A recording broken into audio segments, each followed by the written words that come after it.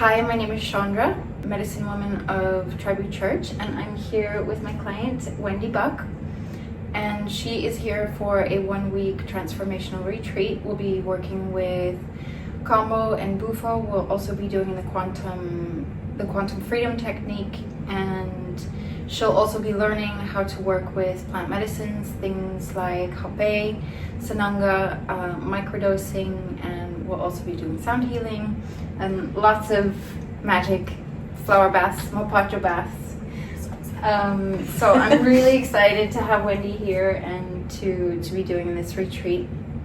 My name is Wendy Buck, and this has been a 7-year journey. This has been quite the journey.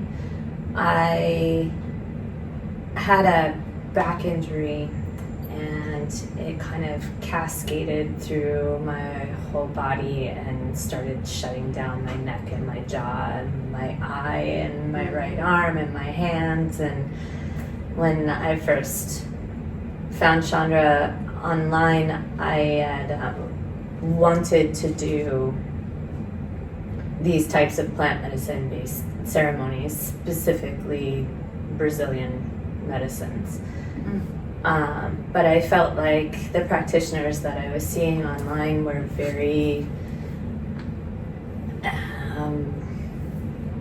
demonic. For lack of a better word. Tell us what you Oh God. And I consider myself a polytheist. I consider myself a pagan.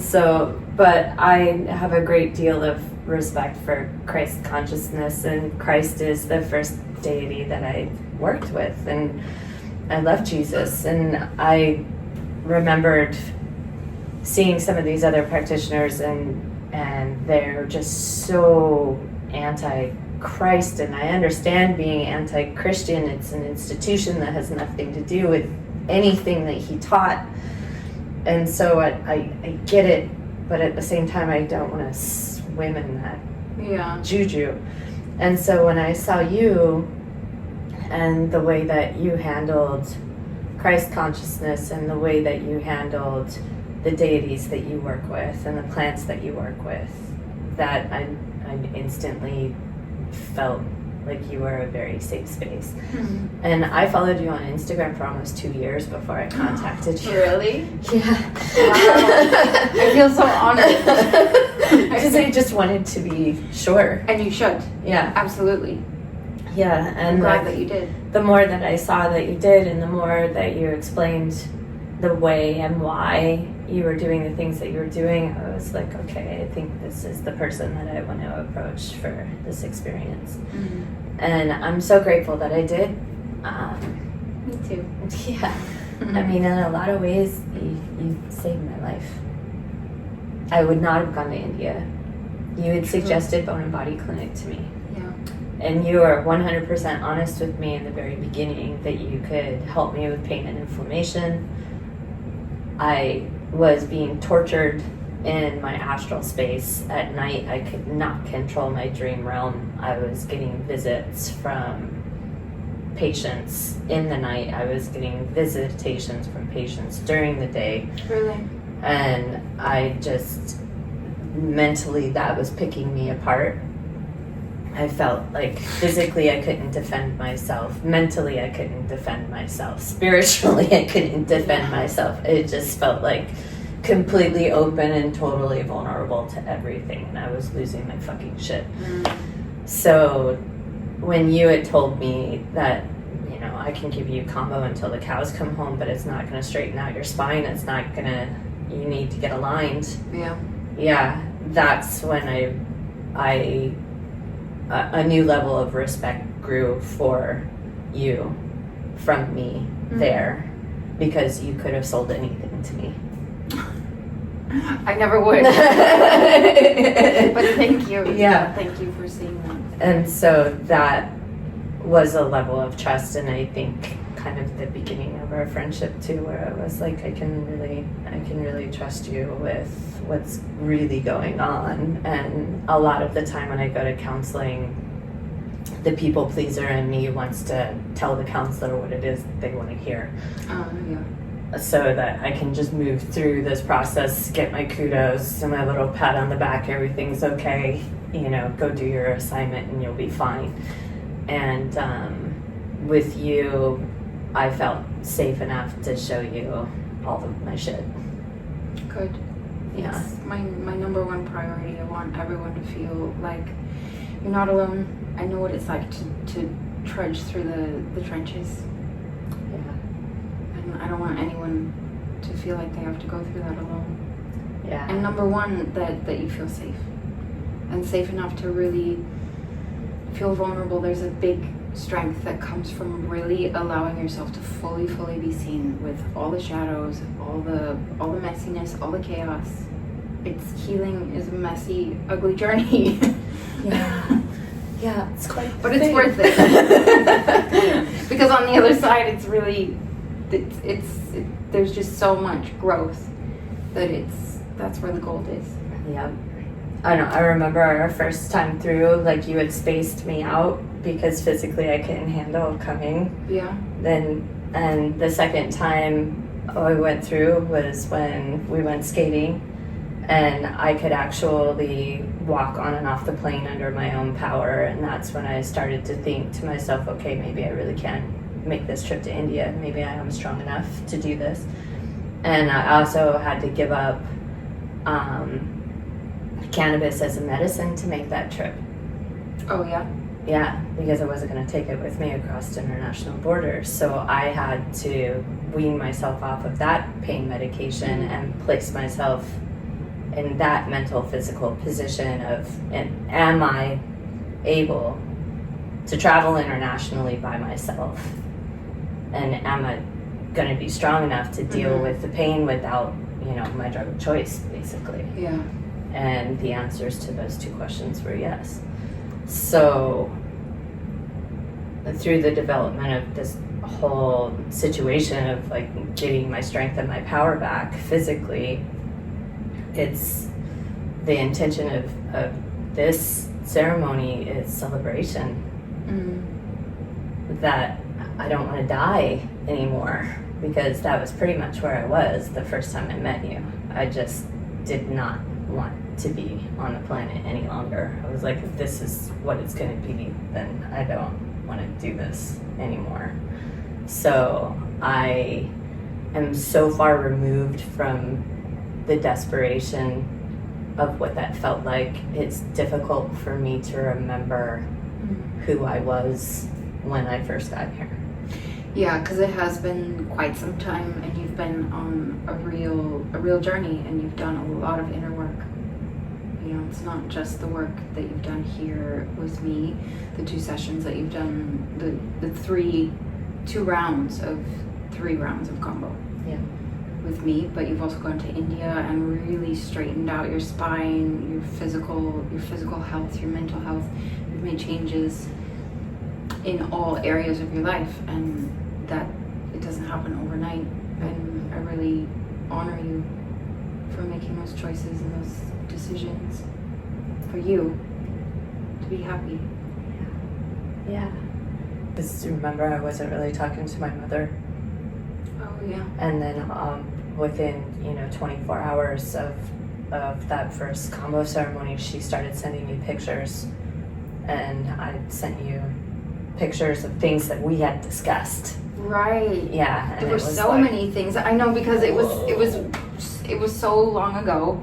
But Kambo is amazing for that, like really clearing out relationships or energetic attachments that are no longer serving you, and giving new ways and new opportunities for relationships to heal, or for you to come back together, heal in a different way. Yeah. And so your mom started messaging you again, and you rekindled your relationship with her. Wow. Yeah. And you still talk to her to this day. Yeah. And we were able to move through the root cause of the problem between the two of us, which was essentially my stepfather was incredibly abusive, and he was abusive to her. I mean, it was a battered wife syndrome type of thing. And she was terrified to leave him, and I blamed her for that. of letting us just live in this horrible environment for a decade. Yeah. And her ego couldn't handle the fact that she didn't rescue us from that. And so anytime anything came up about our past, especially in front of the family, she would rewrite my history in front of me. And then look at me and expect me to back her up.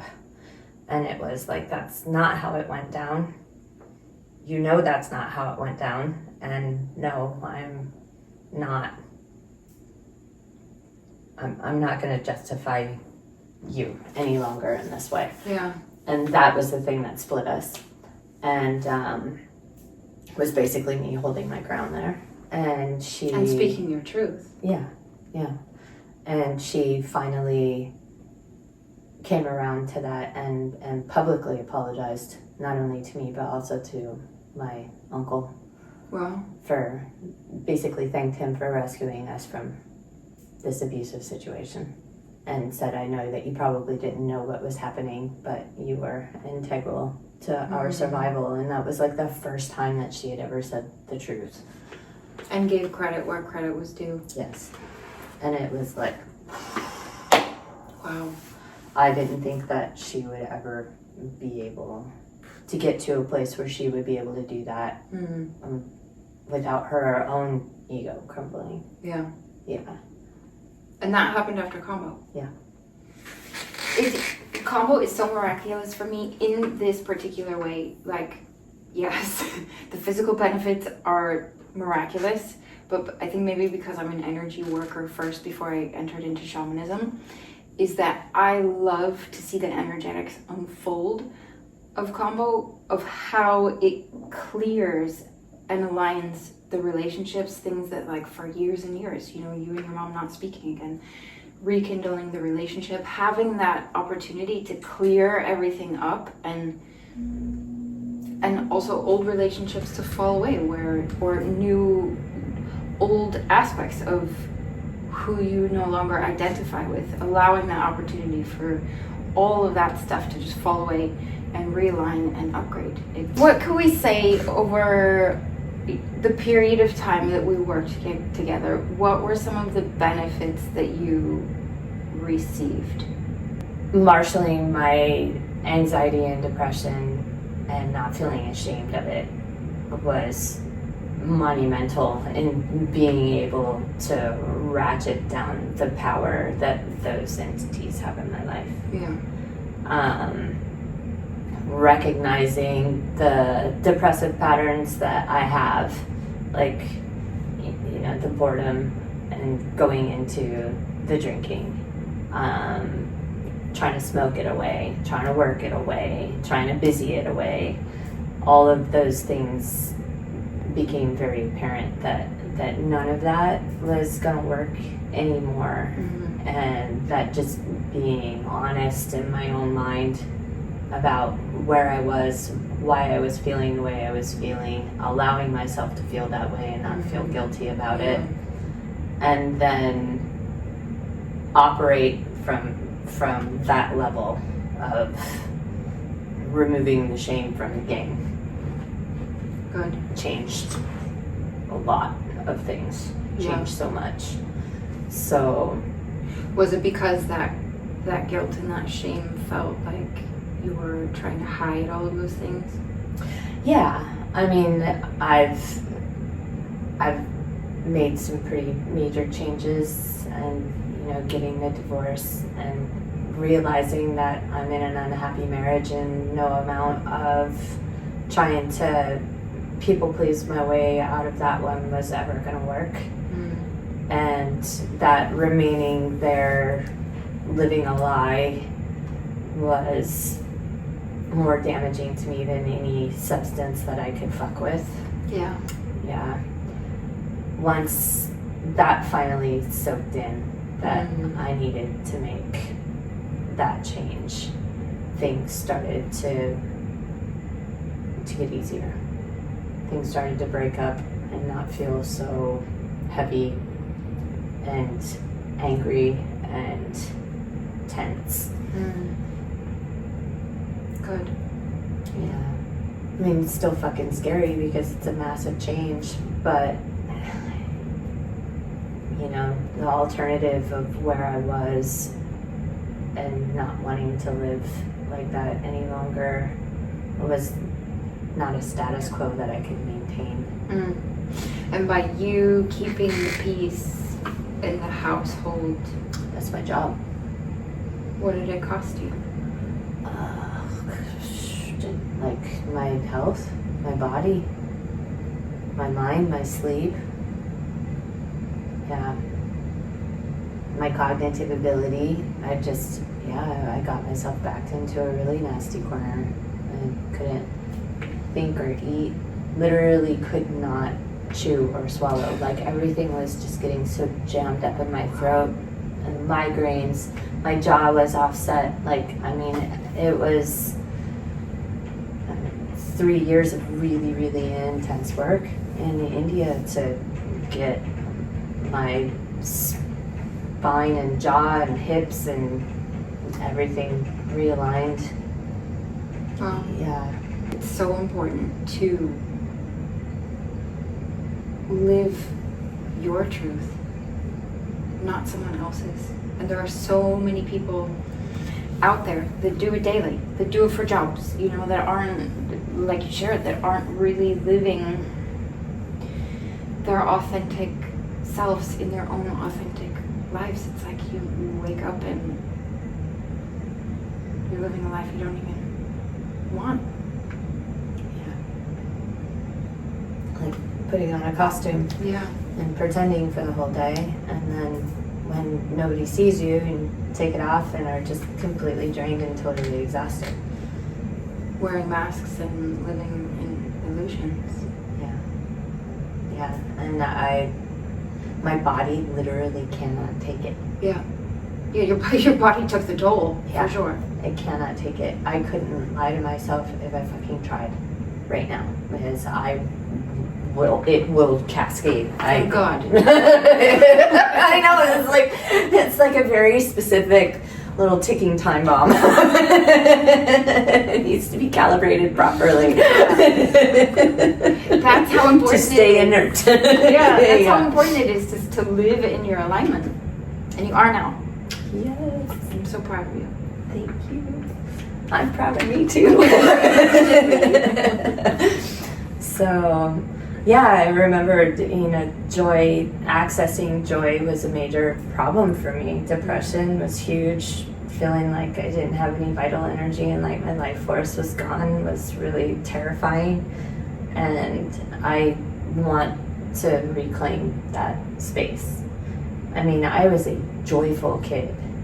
I could only imagine. Wendy and I like to roller skate, so our little kids come out. And that's part of the medicine we're going to do this week. I mean, I was an enthusiastic, effervescent, joyful bruiser of a kid. I would just like throw myself at shit. And yeah, I want that aspect of my personality to come back to full front. Yeah. Yeah. I don't want to be suffering for a life force anymore. Yeah, it takes a lot of courage to go through what you've been through and to release those ties of who you once were. Like, this is the step now that you're taking and committing for yourself to do this really deep work this week, and then you're off to really be in a whole new energy, a whole new frequency, living in India and starting over. Yeah. And speaking of that, okay, so I've got this is a gift for you. This is your journal. Yeah. You can journal, and this is like your integration kit. There's a kit within a kit, but that's a travel bag for you that I got in Peru. Thank you. You're welcome. I needed one. And then your integration kit is inside. So you have, that is your Arara, Hapé, with your Kurabi. And I'm going to teach you tomorrow how to work with all of it. And throughout the week. My Agua Florida in there. That one's Arara Hapé, that's Agua Florida. And you also have Sananga, but it's in the fridge. Okay. And your microdoses are in there. This is beautiful. Thank you. My pleasure. I look forward to working together this week. Me too. Thank you so much. I'm so proud of you.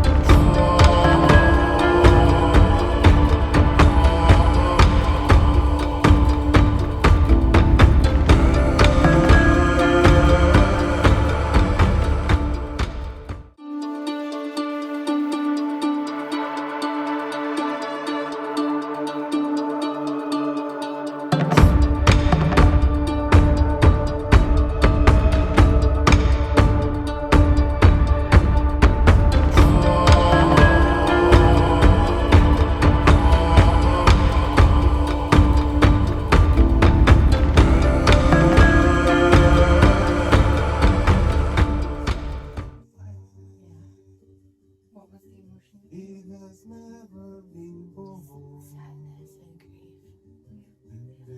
Heaviness. Shame. Never cry. Yeah. All of that is welcome. You know that. You're not all of it.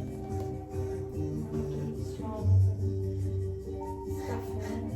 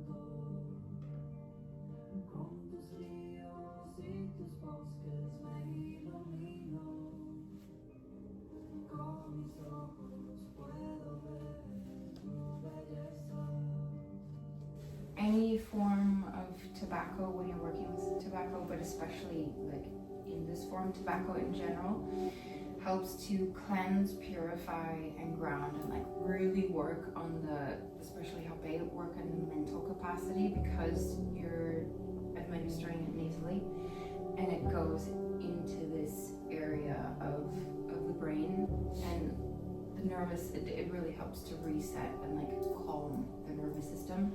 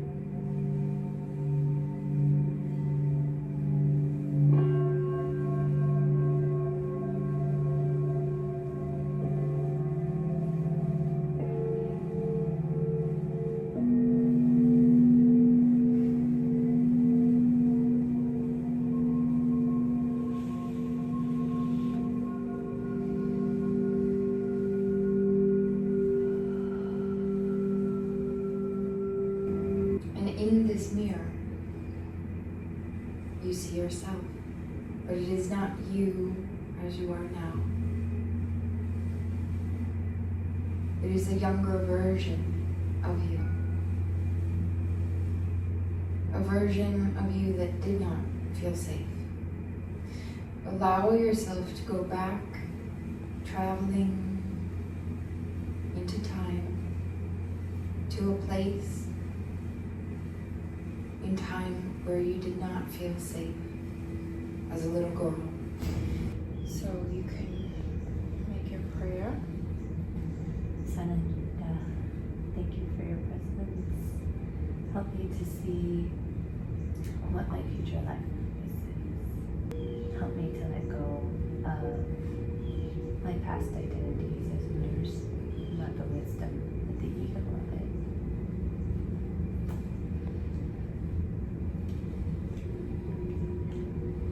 Keep your eyes closed first. Then put one drop in the corner.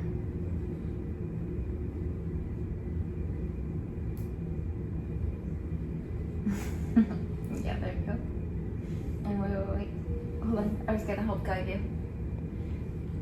You didn't get that one. I'm gonna wipe it up. Right there.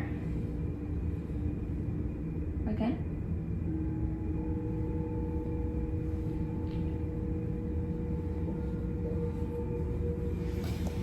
When you're ready.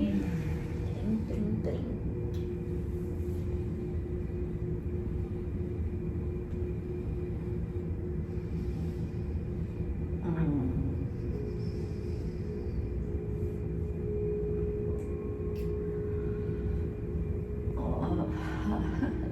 Good, breathe.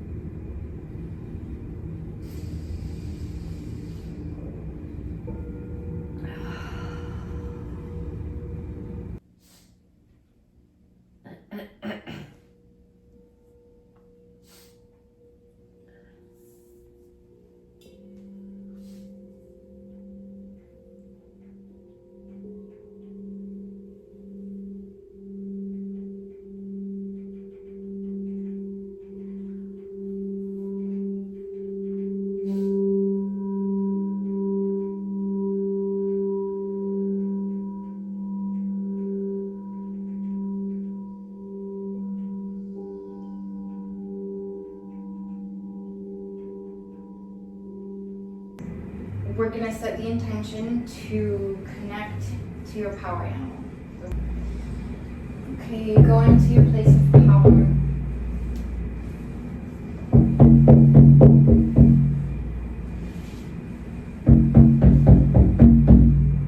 Traveling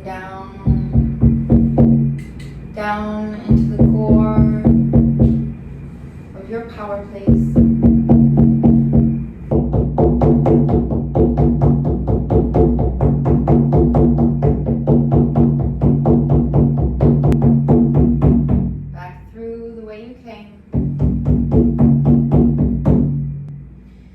Reach the middle wall. Open your eyes.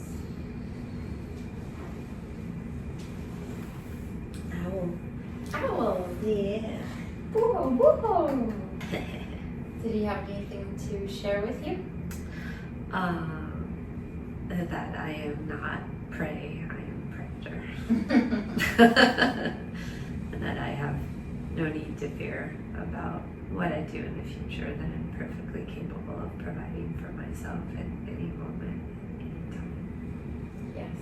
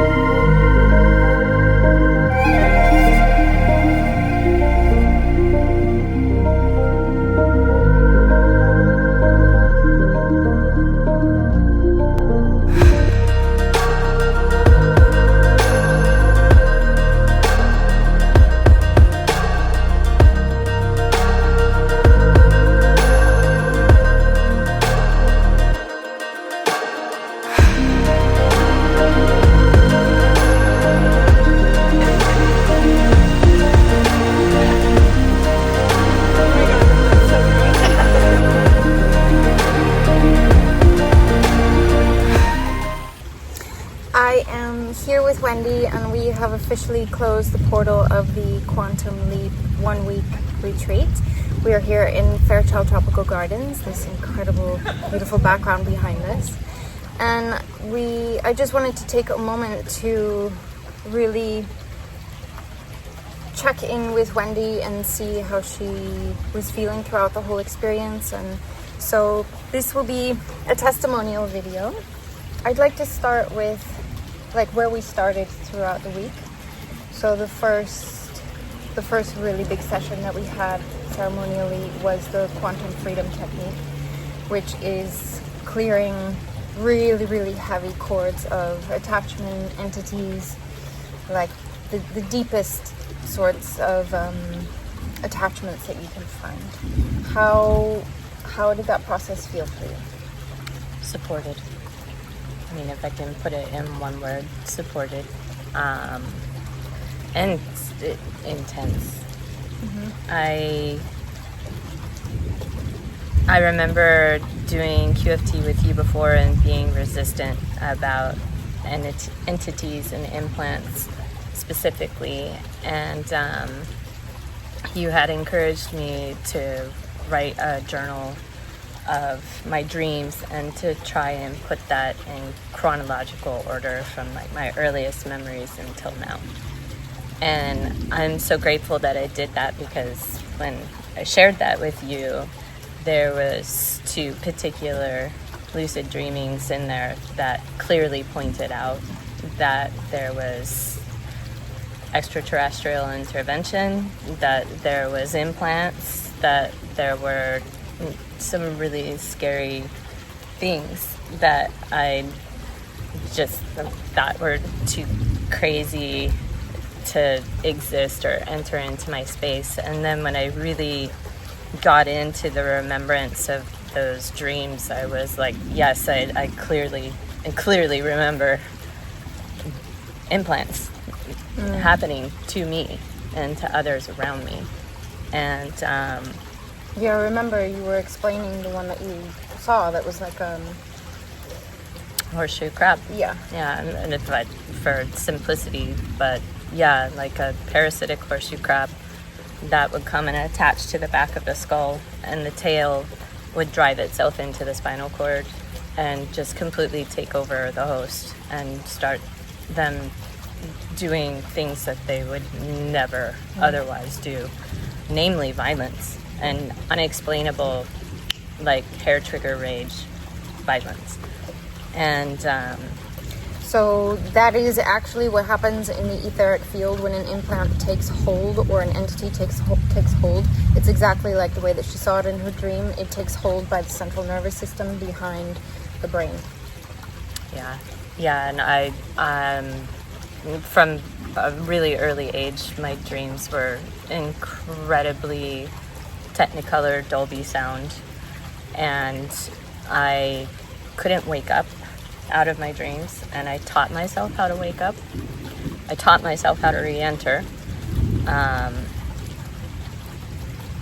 taught myself how to remember dreams that were patterning, like repeating dreams, so that I could remember how to get in and get out of them. Mm-hmm. And when I essentially solved the puzzle and got out of the maze by remembering, my exits and entrances, those dreams would stop.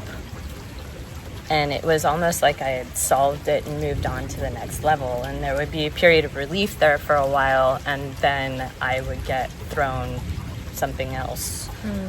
And that was also when we discovered the reptilian situation.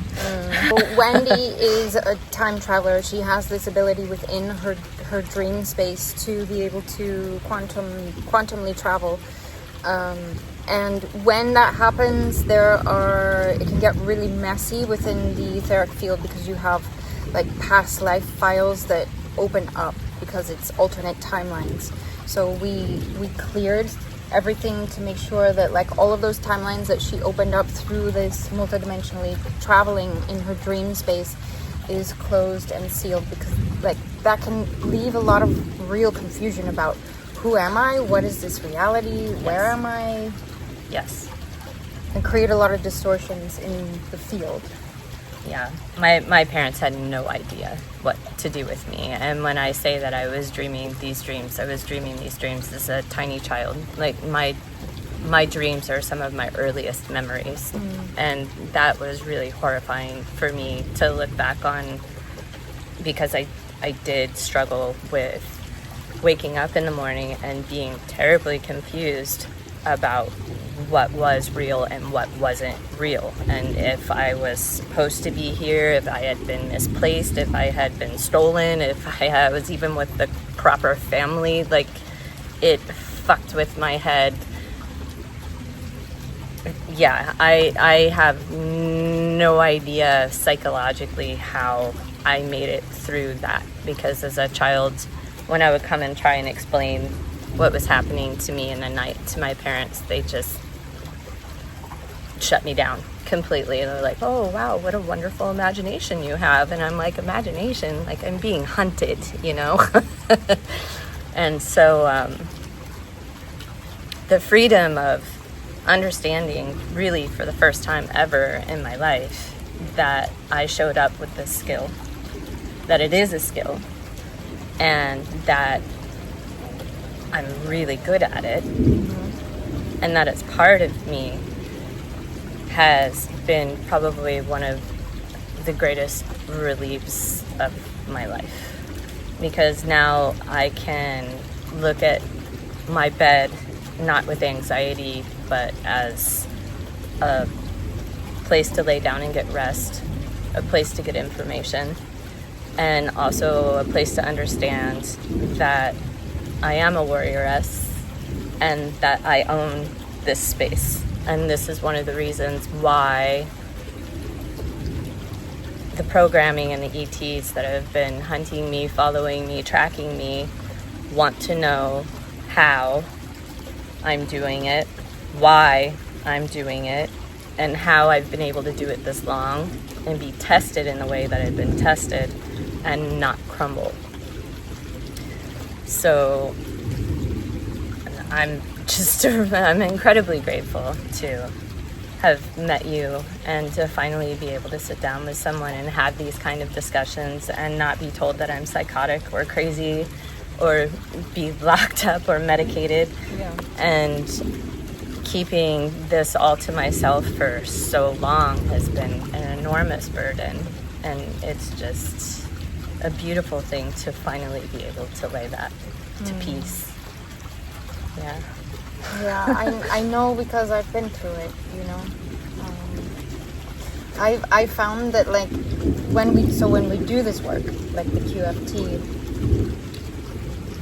has such a powerful ripple effect on not only the person that I'm doing it for, but everyone else around the individual, because we create cords of attachment. So, you know, we're all corded, whether we like it or not, through by way of relationship.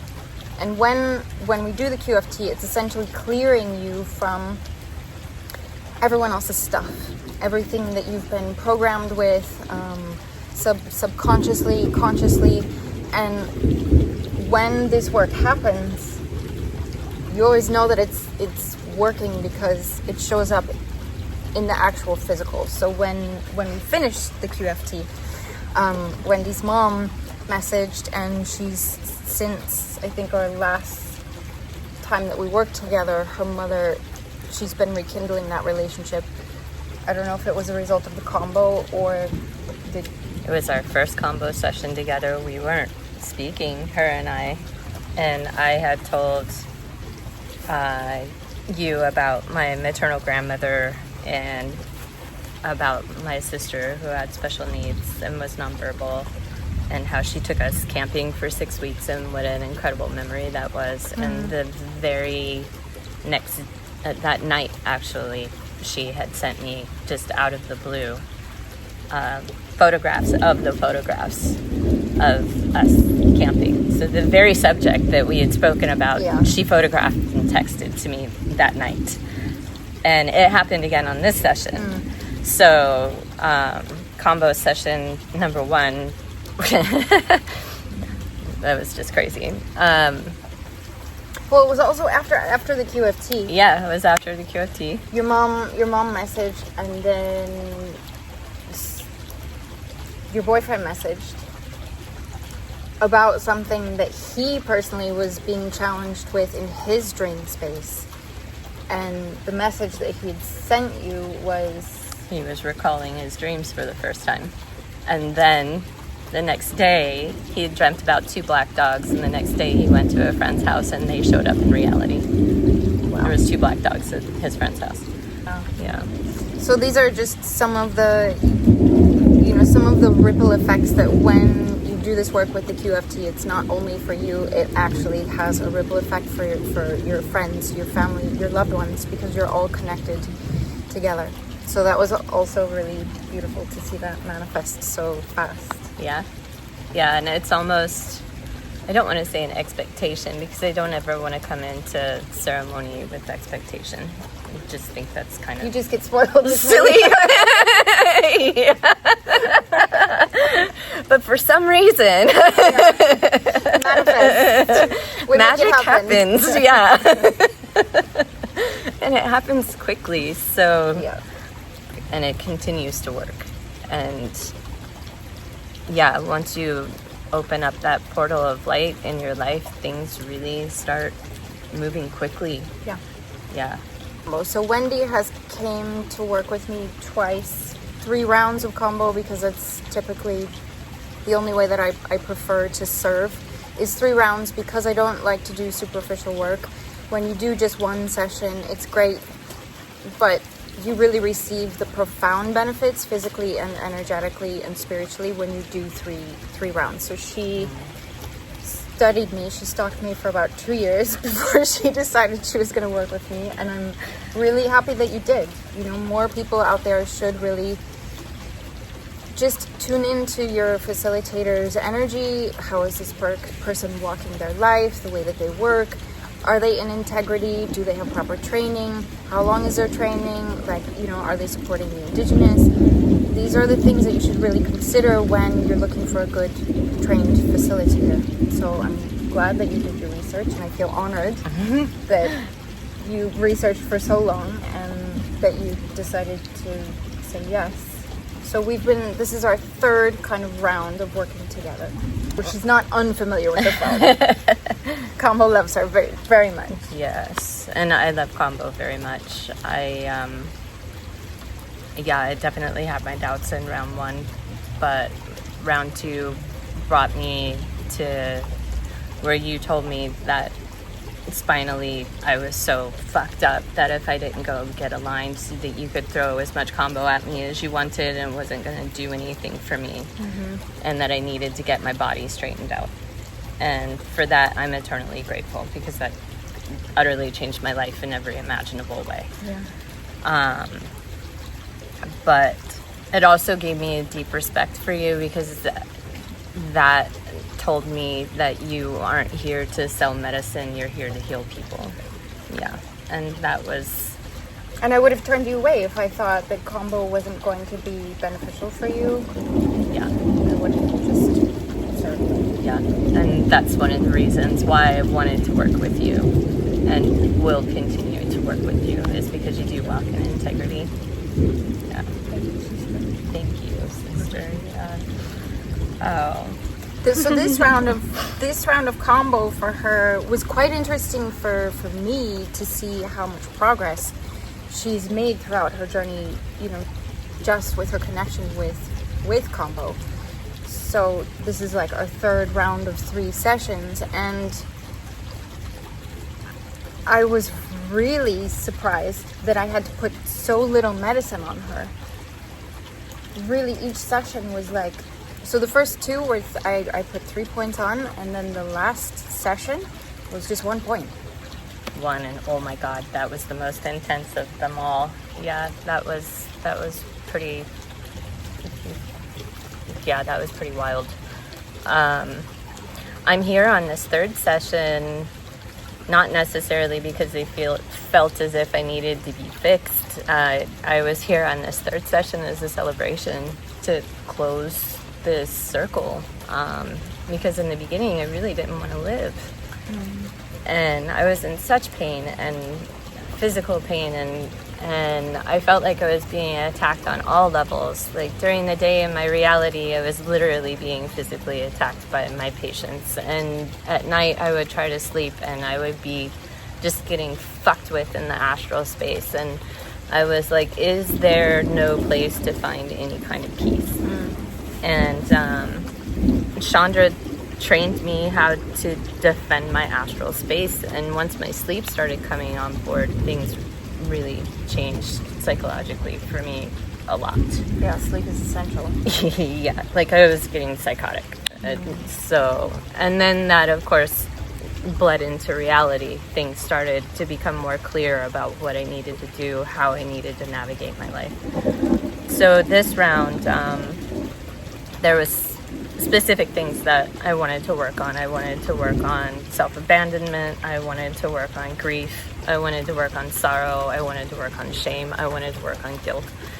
And I also wanted to work on my central nervous system, not only from implants, but also numerous hangings and torturings and frankly witch wounds.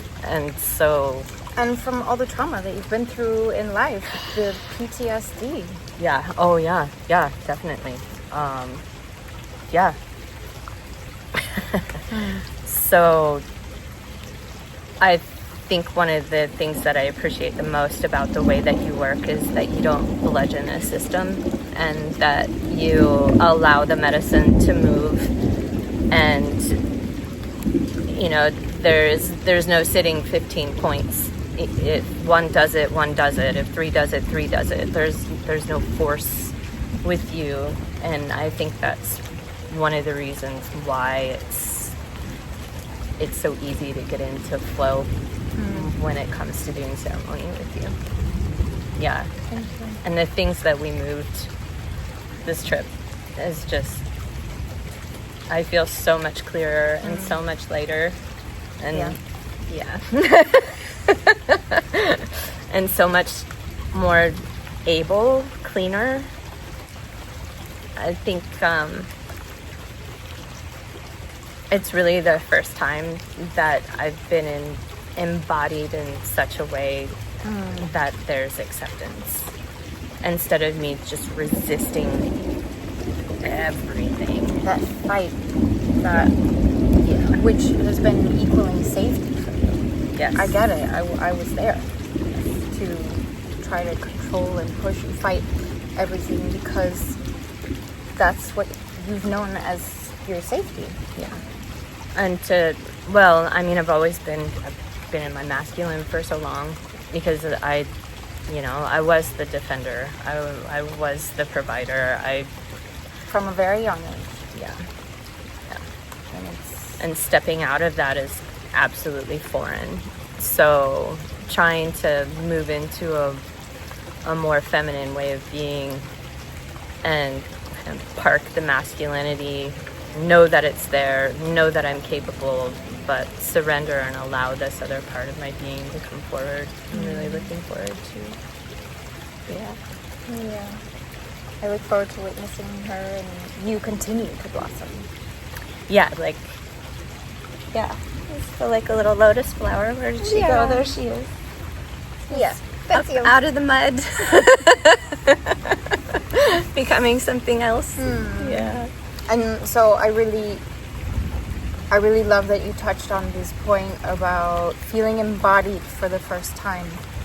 So I feel like that really came about in Bufo. yeah, that's what I wanted to kind of segue into. Is I was quite surprised to hear you say that, and so happy, because so the way that I serve Bufo with most of my clients is that I serve them like a microdose, a meditation dose first, so that it's, in all ways that I serve medicine is really quite trauma informed, because I see a real lack of trauma informed ways of serving that I myself have been through, and it's definitely not the space that I want to hold people in.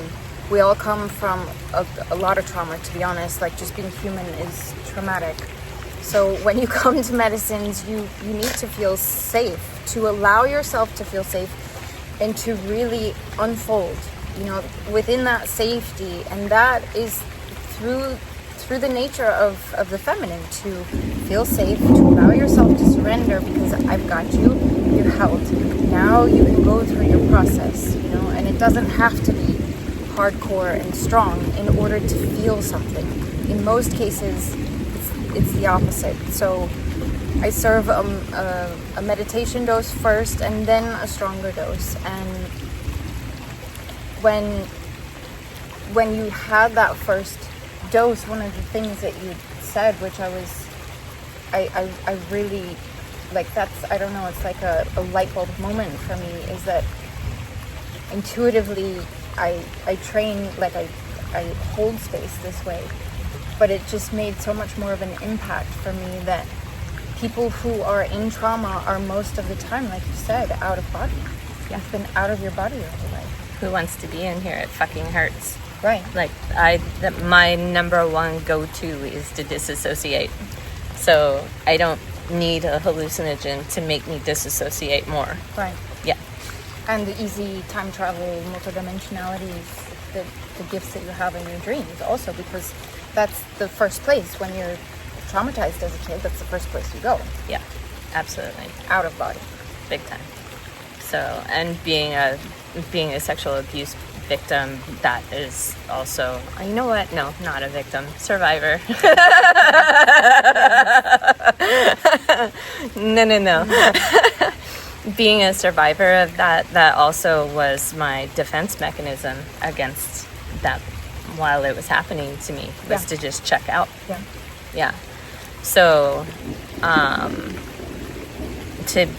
for the first time, really feel my